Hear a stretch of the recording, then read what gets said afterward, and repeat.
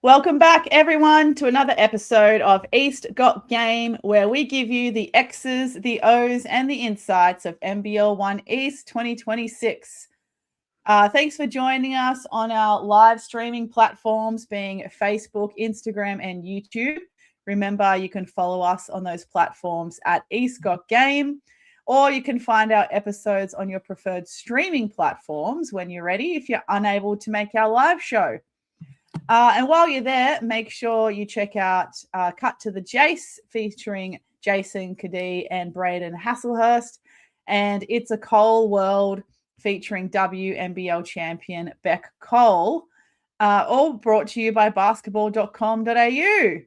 Lockie, another grand final is upon us in NBL1 East. It certainly is, Squin, and perhaps not all the teams everybody expected are there. I have to say it was not just in NBL1, but across New South Wales, one of the best weekends of finals in recent memory. Obviously, the prelims, we had a couple, we had the Illawarra Sutherland men went to overtime. North Manly, I don't know if the Seagulls would call it an upset, but knocking off the undefeated Bears with the last second shot. Newcastle Youth League women knocked off top-seeded Bankstown.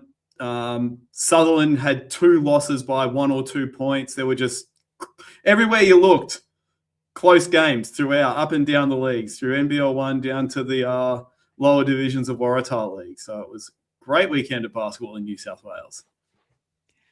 And even across the other NBL1 conferences, I know that our semi-finals in the north, the Cairns Marlins men's team, they were undefeated in the regular season too. They got knocked off by Ipswich in the semi-final, and then Gold Coast Rollers went on to win the NBL1 North men's championship. And even in the women's competition, the Cairns Dolphins women were minor premiers and ended up getting knocked off by Townsville Flames in the semi-final. And then Mackay Meteorettes beat Logan Thunder, and now Mackay Meteorettes won in a 3-game series against Townsville. So Mackay Meteorettes are the North Championships for the women. And didn't they win? They smoked them in the game 3. That was monumental.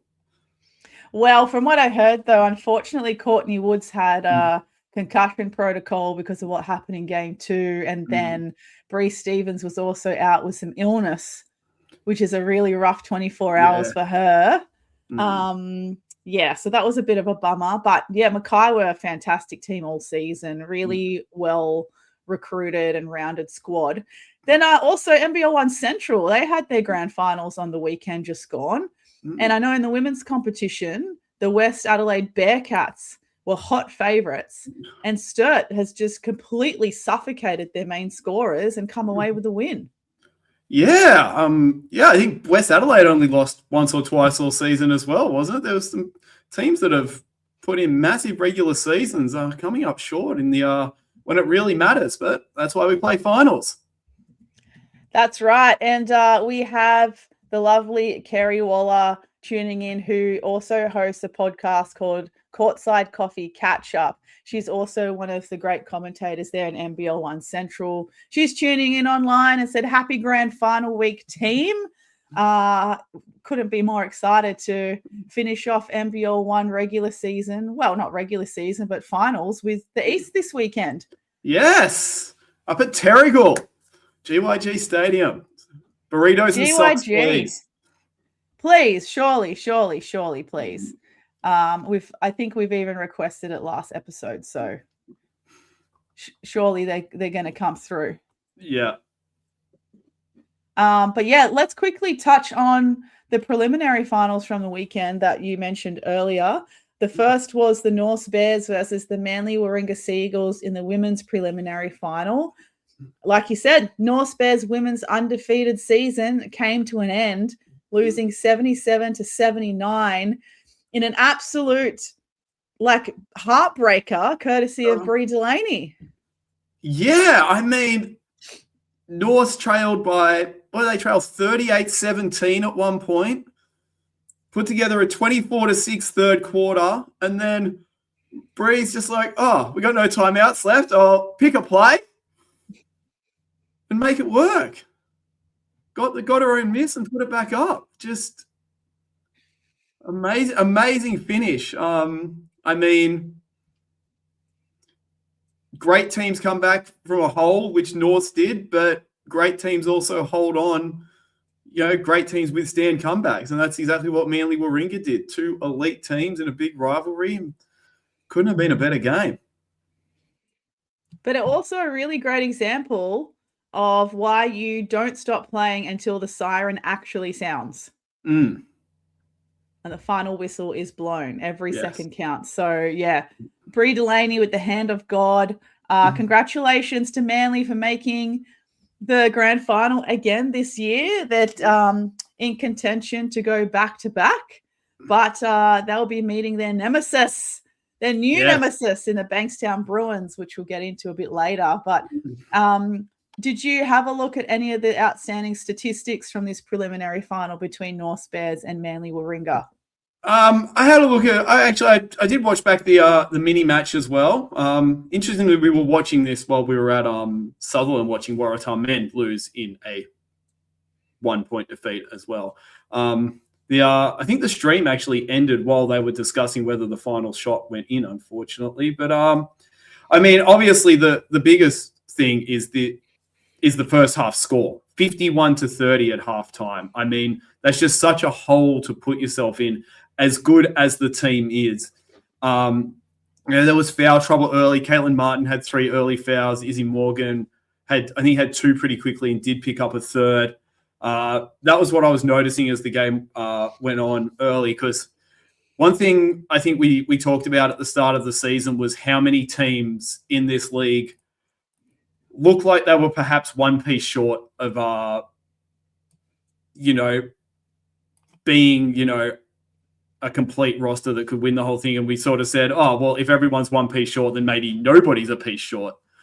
But these teams North got into foul trouble a bit, which might have been both teams maybe felt like a piece short almost. Obviously with Josie Redan out and Rebecca Donnelly leaving for college. But, I mean, both teams shot the 3-ball pretty well, which was, 35%, but North's 12 of 15 at the line and Manly 10 of 16 at the line. So neither team really able to get to the line all that often, which I find very, just with some of the players on both of these lineups and how much scoring some of them actually did, that the teams weren't actually getting to the line all that often. Because, I mean, as you would expect in a 77-79 game, it was pretty close across the board. Yeah, no, you're totally right. I think one thing that stood out for me perhaps is, one of North's criticisms sometimes is that they don't have a true big or any inside presence. And 48 of Manly's 79 points were inside the paint. But I don't think that's always truly representative of not having rim protection, because we know that Manly have very good guards who also like to get 2 feet inside. So I don't think that's really a reflection of them exploiting that. But interestingly, it was the rebound count for me that stood out. 32 rebounds, only 32 rebounds for Norths and 45 for Manly. So really dominating a little bit more of possession, perhaps limiting North to 1 shot per possession and making it really hard for them to get going. I mean, Izzy Morgan still had 27 points. Talia Brugler had 16 and 5.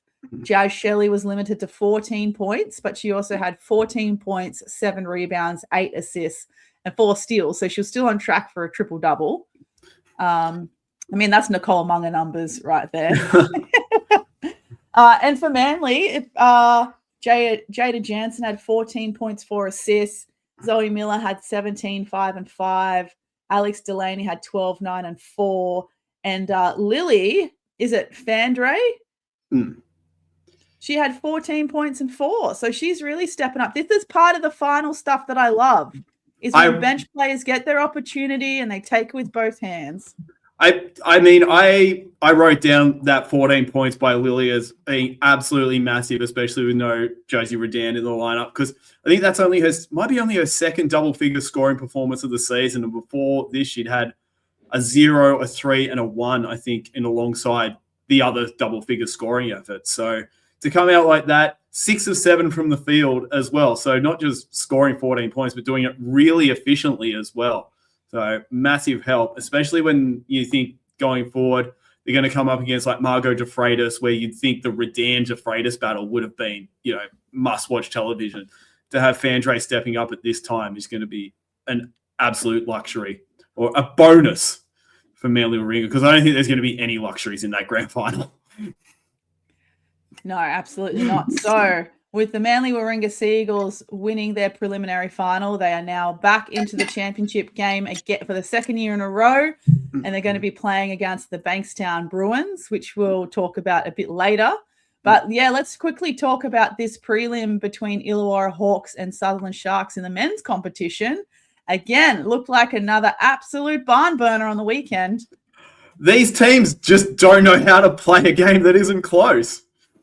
During the regular season, 7 points one way, 4 points the other. And this one went to overtime. I mean, and, all the big names came to play. Sharkies didn't quite get their famous, 5 starters in double figures, but they did have their 3 big guys, Tyler Robertson, Jason Spurgeon, Luke Jamison, all big double-doubles. Like, we're not talking 10 and 10 here. We're talking they went over and beyond. And then playoff Hutch. He's a different beast, different animal, playoff Hutch, Lachlan Hutchison. 22 points, 5 rebounds, 6 assists, 2 steals, 1 block, and 9 of 10 at the line. I mean, but I think we have to talk about not the discrepancy in fouls, because that wasn't actually that much different, but the discrepancy in free throws in this game.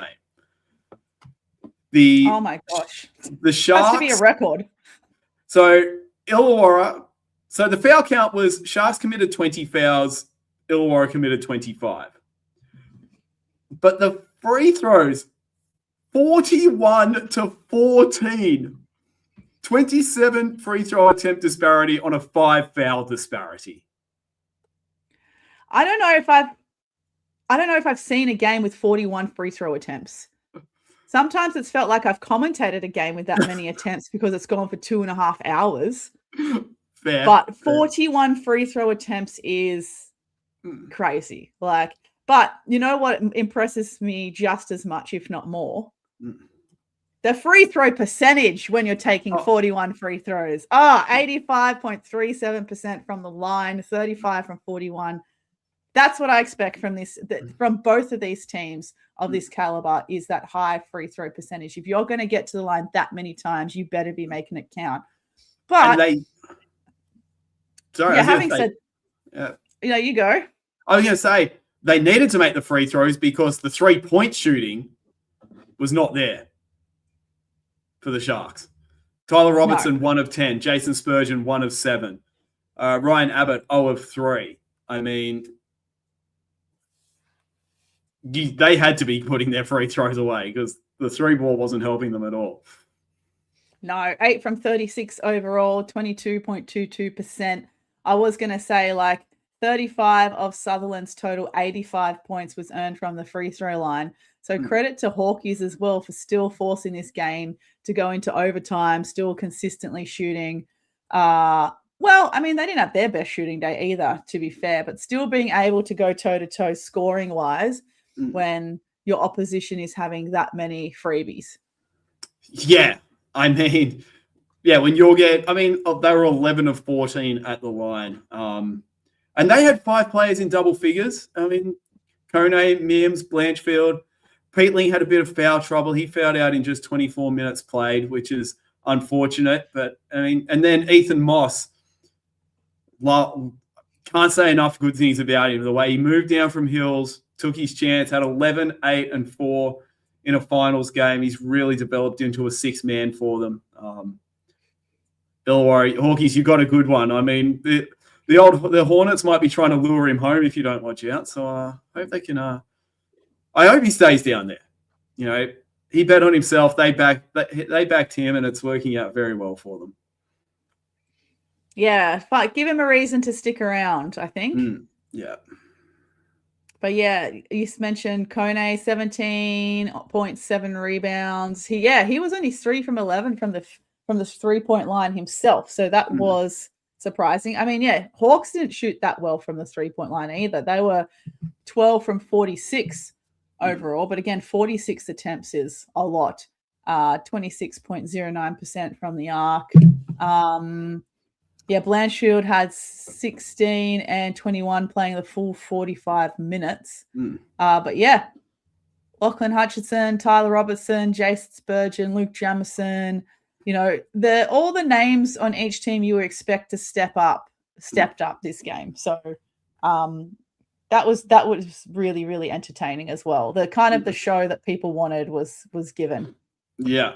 And there were a few times, I saw Ryan Abbott there taking on Blanche like he did against Slazinski on defense, which was always good to see. I guess, I mean, even Adrian Cabrera, 0 of 8 from the field, which is not what you expect to see after his recent form especially. But even he got to the line for 5 of 6 of his free throws. So even anyone who wasn't contributing well from the field, which, to be fair, in this game, the shooting percentages were not good on either side.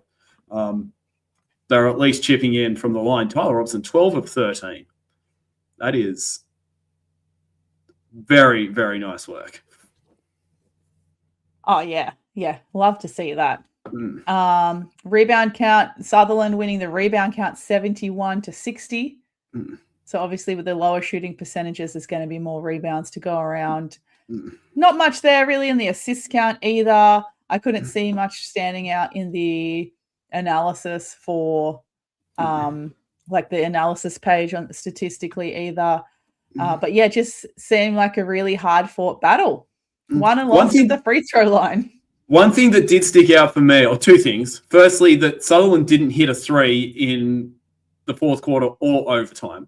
So they weren't hitting them many, but they really – I mean, they were 3 of 7 in the first quarter. But also in overtime, looking at the shot chart, 1 made field goal, 11 free throws. And I don't think they had a free throw until about 3 minutes left in overtime as well. So yeah, racking them up late. Yeah, because the Sharks won that overtime period 7-13, and surprisingly, 1 field goal. Yeah. So, but 1 of 4. So they were getting to the line instead. And that happens in overtime, because the fouls don't reset for the extra period. So, if you're in the bonus already, you just keep going to the line, keep going to the line, keep going to the line.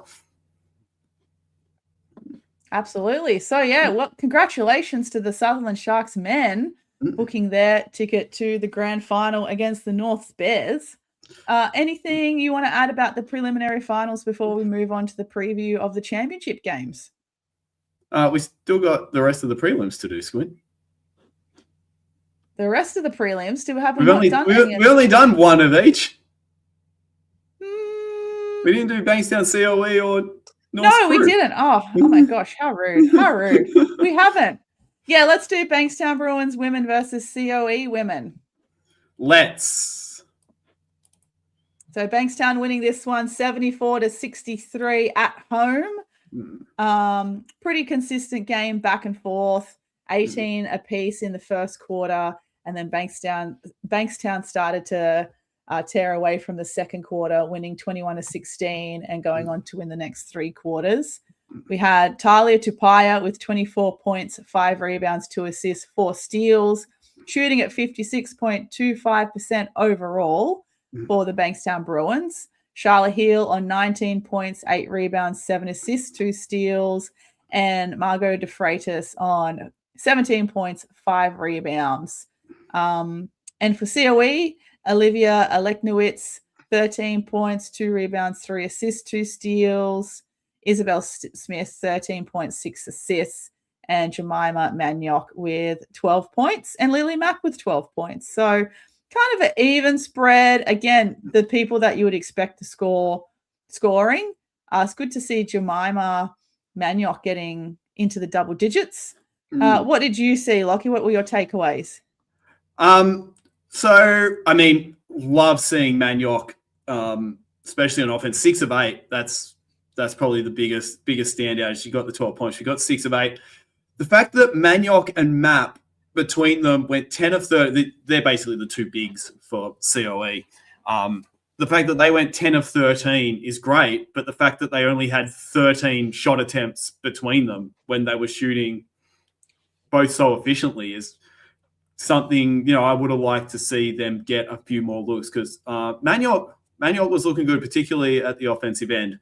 Not just the fact she put the ball in the hoop so well, but just her play in general. So I would have liked to have seen that, those two bigs get a little bit more of a go. But I mean, you've got Aleknovic out there playing the full 40 minutes and Isabel Smith playing 35, and we know that this team runs pretty much through them. So I'm not going to, say too many bad things. Aleknovic was 5 of 8 from 2-point range. So, she was doing pretty well. 3-ball wasn't there, but they were 4 of 18 as a team. So the 3-ball really wasn't there for anyone.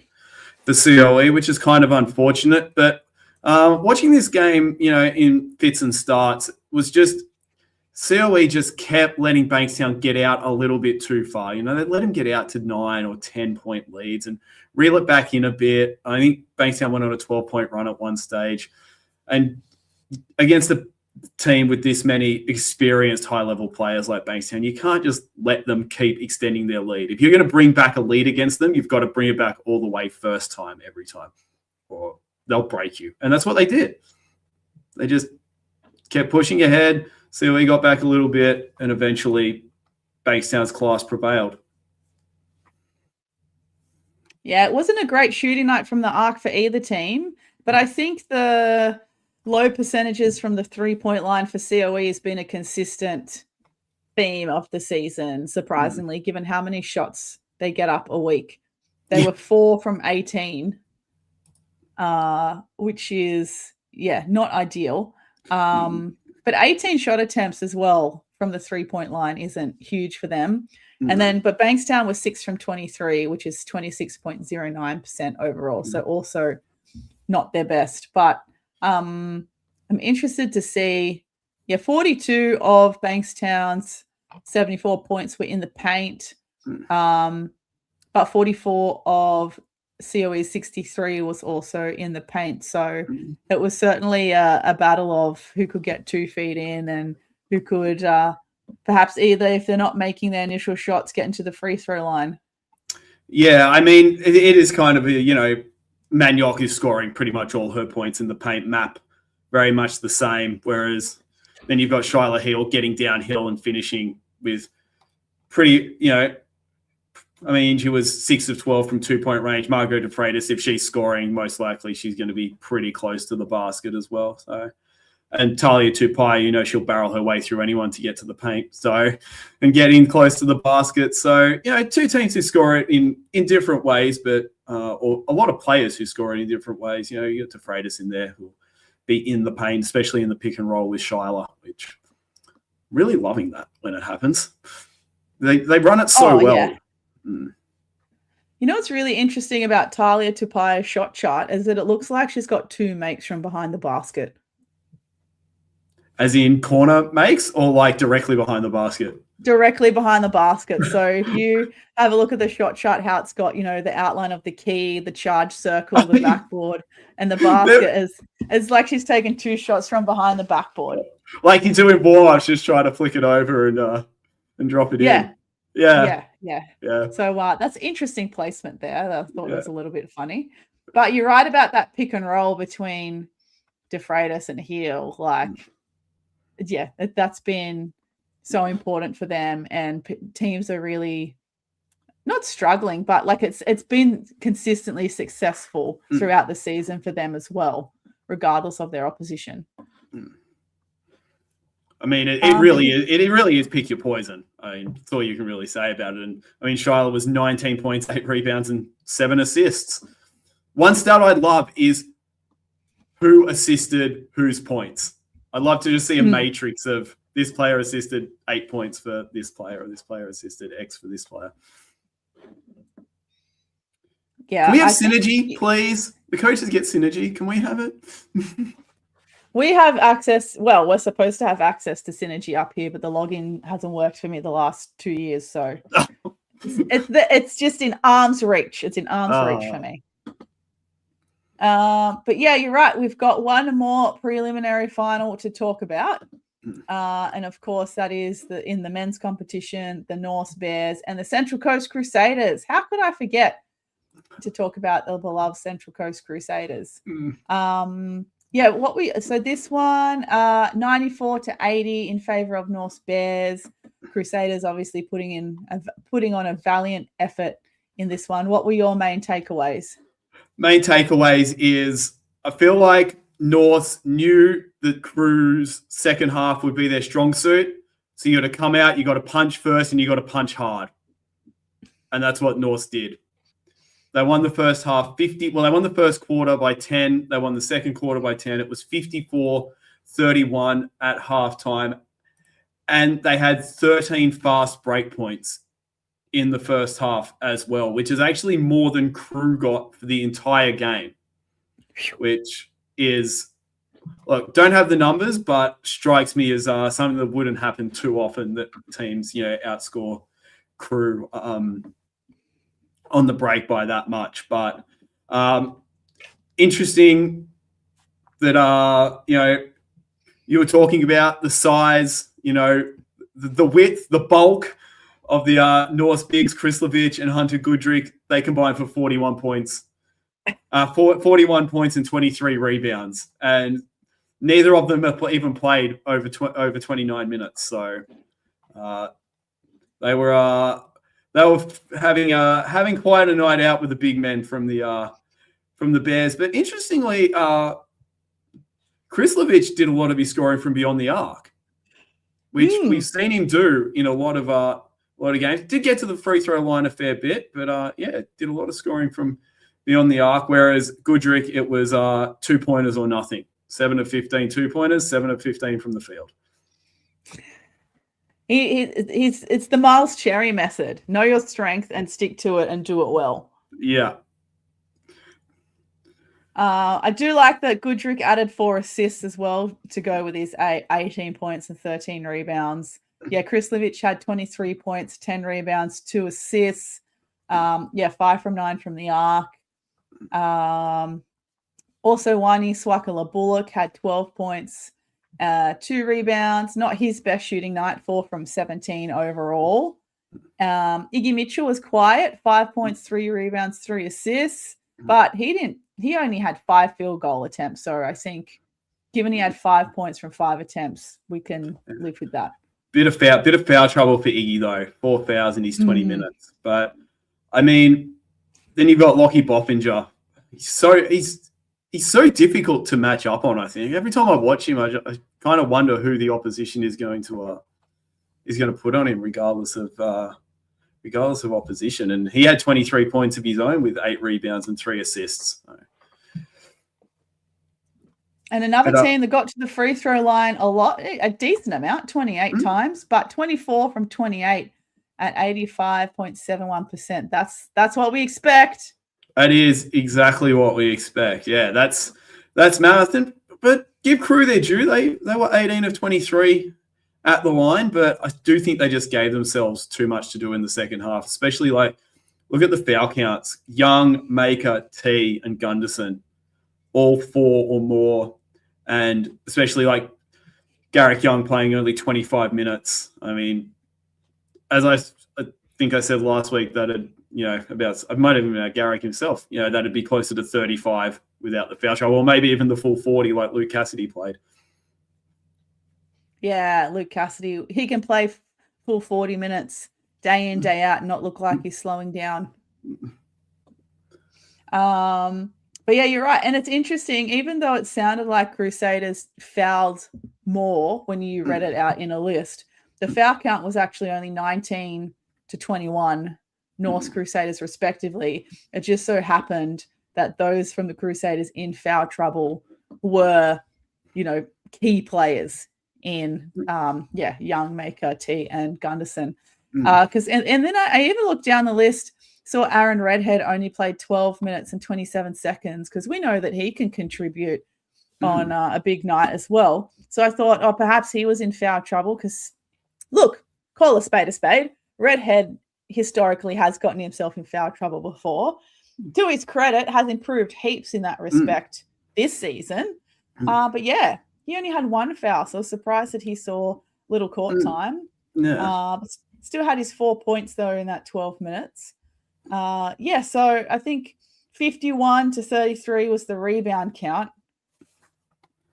That's pretty massive from North, making it very hard for Crusaders. 16-0 boards to 7 as well. So, Goodrick had 13 rebounds. 6 of his 13 rebounds were offensive. He's just gone beast mode. Yeah, it'd be interesting to get the count of, he was 7 of 15 from the field, but how many me-bounds did he have that are, 7 of 15 shots, but how many possessions that he finished kind of thing? Yeah, that's true. That is very true. Looking at the analysis, interestingly, Crusaders had more points in the paint than North, though, having said that. Half of the Crusaders' points were inside the paint, 40 from 80. North, 32 from their 94 were from inside the paint. Shooting percentages-wise, pretty close, actually. I mean, between Norths and Crusaders from the 2-point range, there was only 0.19 between them. And 3-point range, North shot at 38.71%. Crew shot at 37.5%, so pretty decent. Yeah, I mean, just the fact that North put up, they almost doubled the attempts and the makes of Crew, 12 of 31 to 6 of 16. It was the volume of 3 balls and the volume of free throws that I think really put them over the top. So it looked like it was really just a game of one team actually just scoring more than the other. They just got more buckets than the other, and everything else was pretty even, and that was it. Healthy 800 attendance as well there at the Bear Cave. I don't know where they put them all. I saw some absolute scenes on social media. We had a regular EGG listener, Scott Deeksy. He put a thing on his Instagram story about with the crowd. The Crusaders social media outlet, Instagram account also put some stuff there in the crowd, because I'm not too sure why, but the North fans were encouraged to wear all white. And so the Crusaders fans are like, right, we're bringing a bus and we're wearing all red. So it was this kind of cool clash in the crowd. I think that's something that the East needs to do more of, that kind of stuff in terms of fan engagement and crowd engagement, to make even just particular regular season games a little bit special, of making it an event of it, an event of it. Yeah, the whiteout is a big thing in college football, especially for a night game. Penn State, 100,000 seater stadium there in State College, Pennsylvania, and they white out, and it's for a regular season game. It'll be like an early non-conference game at night, massive stadium, 100,000 people in white, and it's just really intimidating atmosphere for the opposition, especially against the night background in a rural college town. It just looks so cool. Yeah, so it's very different to an all-white party. Yeah. Might have to be careful where you kind of do the all-white thing as well. You can see some negative connotations there, but we won't get into that. Nonetheless, North Bears getting up. So the men's grand final is going to be the North Bears versus the Sutherland Sharks. Indeed it will. The chip. Meeting for the 4th time this season. The 4th time this season. I must have. Of The first week of finals. Both these grand finals are rematches of the 2-3 matchup in the qualifying finals. It sure is 2 versus 3 and 2 versus 3. Yes. So I only looked at the regular season games, forgetting that each team had played each other already in the final series. So it's kind of weirdly in the stars that this should be the grand final matchups. Yeah, I mean, especially. Well, do we want to start with We'll start with North Sutherland because I mean, they've had 3 pretty close matchups. I mean, probably the qualifying final was probably close. Like the scoreboard made it look closer than it was, but in the regular season, North got up by 10, and then Sutherland the 1-point game. In a low-scoring affair, a really low-scoring affair. We talked about that game that it was, North neither team could hit a 3, but North kept trying more, and Sutherland kept giving North the ball to let them try more, and it ended up being 63-62 in Sutherland's favour. But North are a different animal in that qualifying final to what they were in the last round of the regular season. They led by 26 at one point. More to the point, they just started hitting threes. Sutherland reined in the turnovers, but North found their shooting form on that occasion. And that was basically the difference. The first when they met in the last round of the regular season, North were able to turn it around on their home patch. So a 4th meeting and the 3rd time in 5 weeks. That's, it reminds me of a few years ago in the NBL, the Breakers and Melbourne United played a double header against each other in the final round of the regular season, then played an entire finals series. And then whichever team got knocked out, I think the Breakers, whichever team lost, they then played the same opponent in round 1 of the following season. They played like 6 games against the same opponent across 2 seasons in a row. But back to the game at hand. I mean, so aside from that North loss in the qualifying final, Sutherland have just been in unstoppable form. And I think beating Illawarra in Illawarra will pretty much erase any memory they have of this qualifying final defeat where they let 5 players have double digits for North and plus 9 and 9 for Krislovich. 6 players in double digits plus 9 and 9 for Krislovich with Bailey Hansen high. Bailey Hansen 17 off the bench. It's going to be one hell of we've seen it 3 times. It's going to be a hell of a game. Yeah, absolutely. What are some of the main things you think Sutherland need to do to secure a win, given the arm wrestle they've had with North all season? Got to limit the turnovers. I don't think they can survive. They can't keep going this up and down 3-point shooting that they have had, where they hit them, then they don't. Maybe they come out and blaze away in the grand final, but they've only got to do it once. But there's only so much you can. So long you can go up and down in one facet of the game. What I noticed when I looked at the stats is Sutherland have lost games off their own back more than anything. Mm-hmm. The team, when you look at their wins and losses, the opponent's stats don't change a lot, whether they win, whether Sutherland win or lose. It's Sutherland's who crater, which is the opposite to North, especially in their shooting. North's shooting craters when they lose and is excellent when they win. For Sutherland, it's both teams really. For Sutherland, they lose off their own back.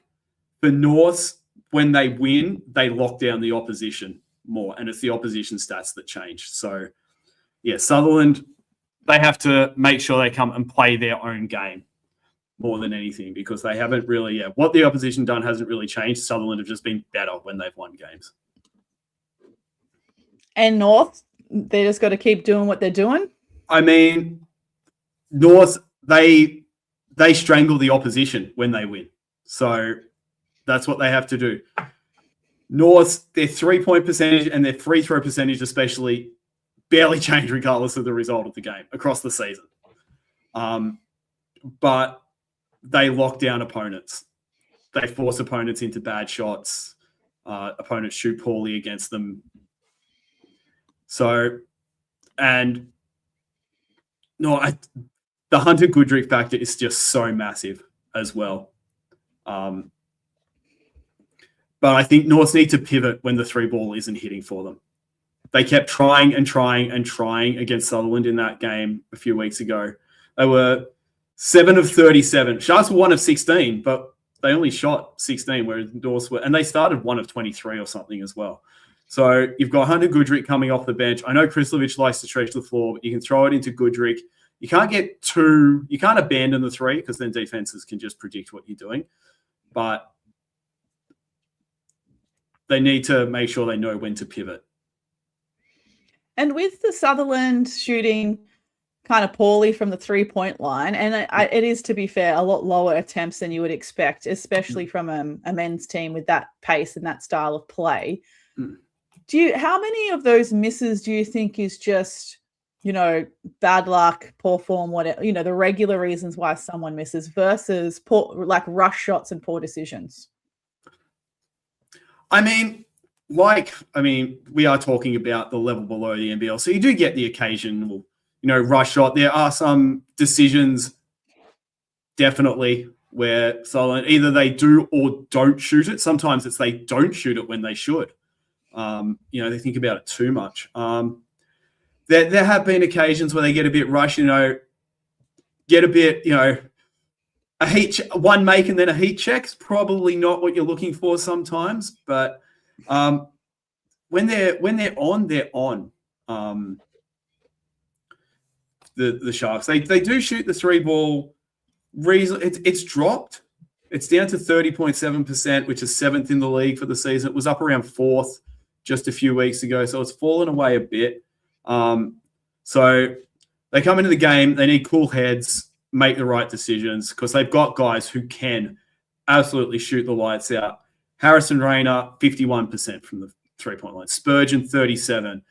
Bailey MacArthur's not there anymore, unfortunately, because he's 36% and 11 of 30 as well. So it's not a tiny sample size. Tyler Robertson shooting only 29%. I think we expected him to have a higher 3-point percentage, but then we see he was 1 of 10 from the 3-point line, but 12 of 13 getting his free throws. So sometimes you have a bit of a trade-off. So, unless he's guarded by Krislovich, Spurgeon can probably shoot over just about everyone who's going to be on the court for North. So they get him open in the pop. He shoots. I think he's 3rd for most 3-point attempts in the team. Harrison Rayner's not far behind him in a lot fewer minutes. So just make the right decision. I think the Sharks can get this 3-point percentage back up. Very good. That's going to be a cracker.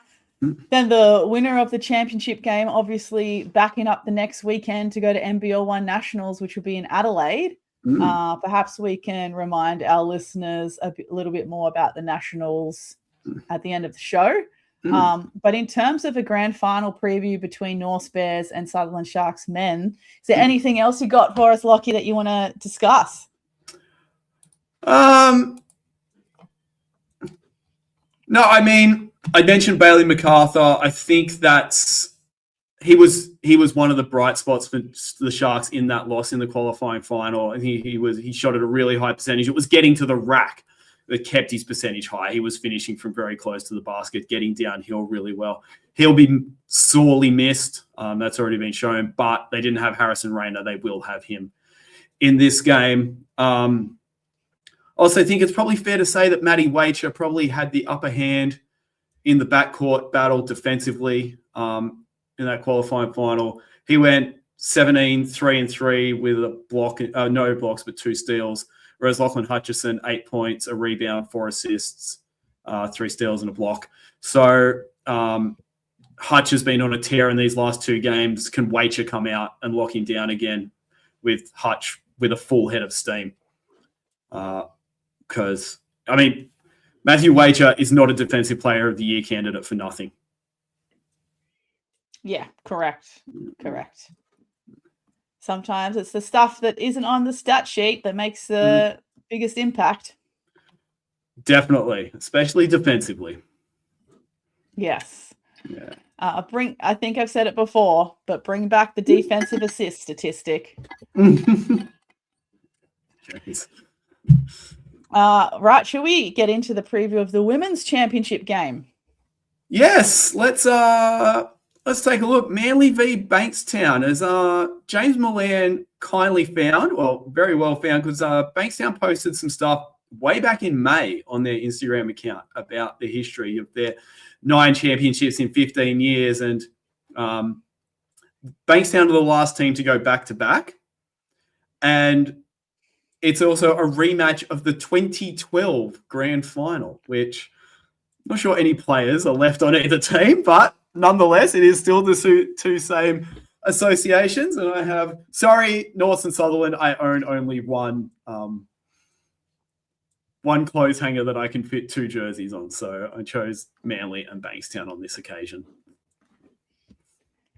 And when you mentioned that last battle in 2012, and obviously not, they won't have any of the same roster. Tell us some of the people that were on those rosters though in 2012. Jeez, I can't think back. I wasn't even watching Waratah League back then, Squin. I was barely living in Sydney in 2012. I'm not sure the stats are even still on game day for 2012, unfortunately. I found some old ones, but I'm not sure how far back we go. I can slide over to my collection of programs and at least find the MVPs. Oh, no, that's okay. We can save that for... I'm sure we'll find another occasion in the next week when we can probably dig that up in preparation. Yes, yeah. Yeah. But yeah, this is, is this the new kind of rivalry between these 2 clubs, especially how well they've competed against each other and against the rest of the league all season? This is again second versus third. And yeah, like you said, the 4th time they're going to play against each other. Another arm wrestle that we've seen, another great narrative we've seen this season. But yeah, I think in between the times they've played each other, now Josie Redan wasn't there for the first finals match. No. So at least, obviously we don't want to see anyone injured, but at least Manly have played against Bankstown without her, so it's not going to be such a shock or so unfamiliar. At least they've got that once under their belt.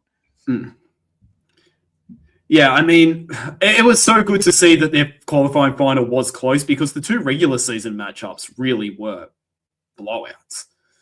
The first one finished with a 17-point margin, but it was 31 at one point before Manly somewhat reeled it in. And then Manly just obliterated Bankstown in the early stages of that second game and just cruised to victory. I think it was a game no Bankstown player finished in double digits in that game, which sounds absolutely wild given the scoring punch they have in, especially Hill and Tupaia and DeFreitas as well. And even someone like Davis White or Shalom Dunlop on their day can put up, a good 10 or 12. So I think what strikes me here, and the rotations have shrunk as the finals have worn on, but there is a noticeable difference in the depth that Bankstown can go to in their roster compared to what Manly Warringah have gone to. I don't think Maya Jelena or Cassidy Thompson have seen the court in finals. If they have, it's been sparingly. Jane Dunlop didn't play in the prelim final, but they've still got Shalom Dunlop, Lily Austin, and Kayla Proctor playing reasonable minutes. And we've seen Jane Dunlop play decent minutes throughout the season. So that could... It's weird to say in a game featuring, 3, 4, 5 players with WNBL experience, a couple of college standouts and players who have played in Europe, that the bench could have a big impact. But if Manly get into foul trouble compared to if Bankstown get into foul trouble, it could make a big difference to things. Yeah, and like I keep saying, this is finals time basketball. This is the time when miracles happen, or bench players are going to have a breakout game. Somehow some of the star players are going to get in unprecedented early foul trouble. All those things you got to be prepared for that you can't prepare for. I was going to ask you actually about depth. So Manly is obviously a team that, as we've said lots of times on the podcast, a great teammates on and off the court.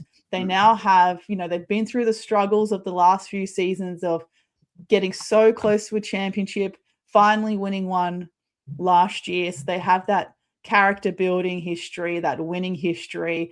Is that going to be enough of an X factor to take on this Bankstown team that are like consistently playing at a high level?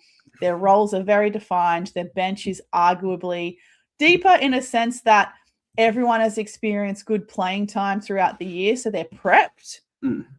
Like I said, their roles are very defined. Like in terms of just numbers, they've got more numbers on the bench. And Bankstown had that incredible, almost pack defense that locked down Manly in their first encounter early in the season. So yeah, it's like this team with incredible history and this winning history versus this team that is just like got this near perfectly built roster. They've got a pure 1 to 5, and they've got that pack D. Like it's how do you even pick that? Yeah, and I mean, not to go intangibles, but the hunger of players like Shyla Hill and Talia Tupaya in a grand final, trying to get a team a championship that hasn't won one for a while and has a lot of history. They are going to be hungry. Once, harking back to my talk about all the youth league talk, is Bankstown Youth League women lost on the weekend. They're out of youth league. They would have had Lily Austin and Kayla Proctor playing 25, 30 minutes on the Saturday in a youth league game if they so chose to, but they lost. So they don't even have to make that decision anymore, let alone have the 30 minutes in the legs for the Sunday. So Proctor and Austin will be fresher if they're required. I mean, Proctor definitely will be. I think she's played really big minutes. Austin's been there when required. She knocked down a big 3 in that prelim. And then, of course, Shalom Dunlop, I think was starting before everyone turned up. So, yeah, I mean, of the players coming off the bench, Manly have the best one in Bree Delaney. They may even have the best 2 in Bree Delaney and Lily Fandre. But Bankstown have got plenty of depth. More. Yeah. They've got more. They've just got more that they have been willing to use of late. And they will, well, I mean, we're talking about the players who actually get on the court.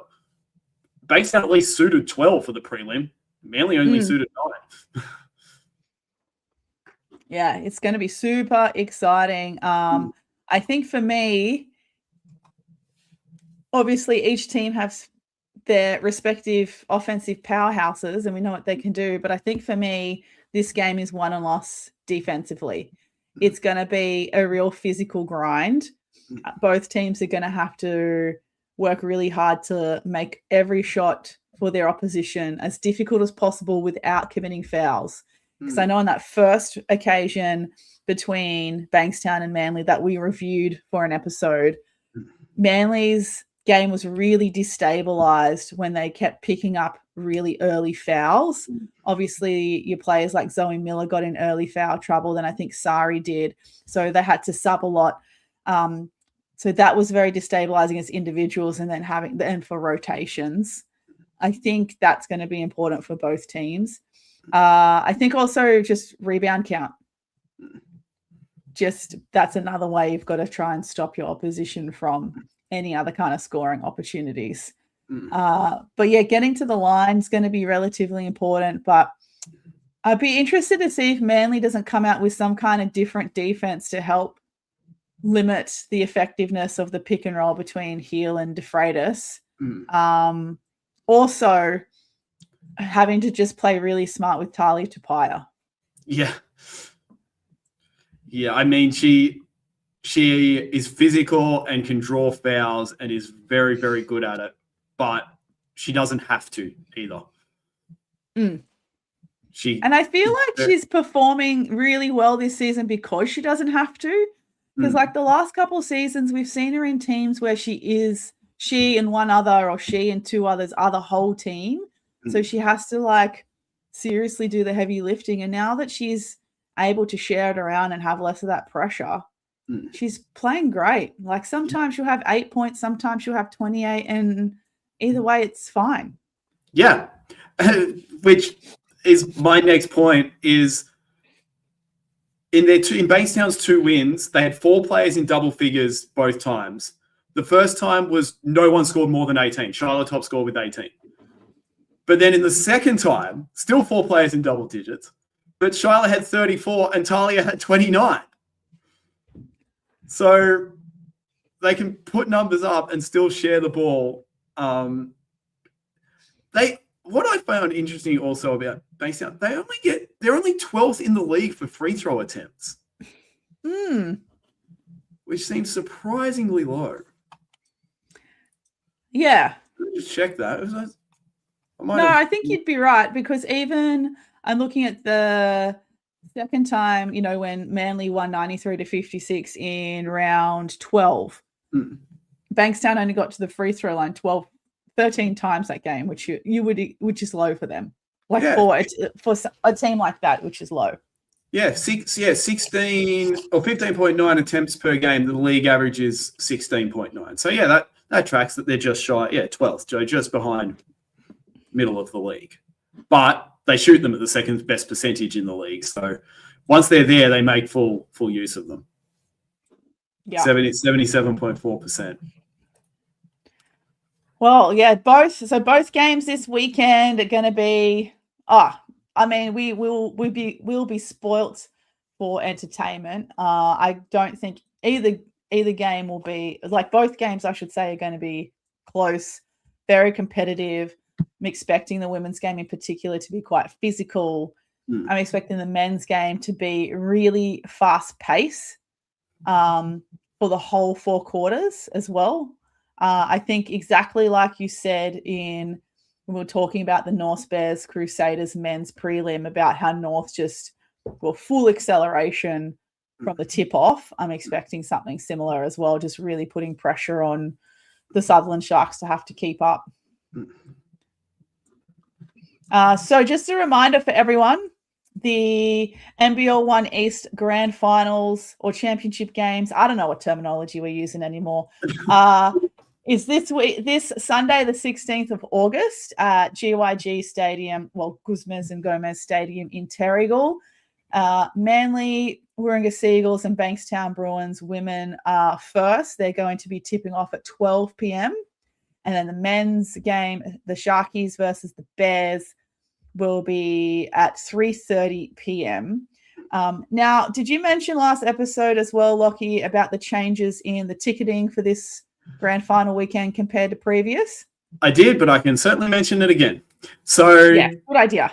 So you can get a ticket that covers both games this year. So in previous years, you've bought your men's ticket or your women's ticket separate. It was all separate. This year, $20 for a ticket to a single game, men's or women's. $35 gets you in the door for both games. So, and I think it's $12 for concession and $20 for the doubleheader ticket for concession. So that's pretty sweet. Like I said last week, there's teams that charge almost that much for regular season games. Yeah. So not too bad at all. And then obviously the following weekend from the 21st to the 23rd of August, we have the NBL1 2026 National Finals. So the winners of this weekend from NBL1 East will go through to play Nationals, like we saw Manly Warringah Seagulls and the Canberra Gunners last year. And the Illawarra Hawks. And the Illawarra Hawks. And wait, how come they win as well? because Knox men pulled out. That's right. They did too. I forgot about that. Yeah. So Canberra Gunners are automatic entry to the Nationals because they won last year. Yep. And Manly, no, so they're the only automatic entry. That's right. So them and the Knox women are the two automatic entries. But now that the Knox women, I think, already qualify. Wait, something like Waverley Falcons are going as well. Yeah. So yeah, did Waverley lost the South Grand Final? Did they? Or best regular season team? There's a rule. There is a rule. It's either best, either the grand final lose. It's Knox and Waverley in the South Grand Final, which means Waverley qualified because Knox are automatically qualified as defending national champions. Yeah. Yeah. So yeah, it's going to be great if you can get down to Adelaide. Otherwise, I'm pretty sure most of the games will be on KO. Yeah. It's going to be at Adelaide State Basketball Centre. The first game will actually be on the Friday. Let me just read that out for y'all. Oh. Squin's got the schedule, got the hookup. I'm not sure if this is common knowledge, but from Friday, the 21st of August, the first game of the national finals will be held at 4 p.m. And then I think the last game is going to be on Sunday at, it says, oh no, that can't be right. Oh, there. The championship games will be held at 11 a.m. for the women's and 1:30 p.m. for the men's, subject to change depending on the courts and all that kind of stuff. So that's where we'll be heading in the week after. It's where you'll be heading. It's not where I'll be heading. Because I've got Waratah League Grand Finals on the Saturday, August 22nd. Oh, I mean, yeah, you've got Waratah League Finals, that's right. But we don't know who will be commentating the NBL1 National. Are you not going regardless? No, I'm trying to save for my trip to Europe. So if I wasn't selected to commentate, then I wasn't going to go to Adelaide because the flights from Adelaide to Brisbane can be exy. So I got to save my pennies to go to the Women's World Cup in Berlin nearly the weekend after that. I think that is a very, very good reason. To save some pennies? I totally agree. Yes. All right. So remember, the NBL1 East season for 2026 will come to an end this weekend. Let us know if you're still online who you're tipping for both games, or send us a DM. Maybe we'll do some kind of a poll as well on socials.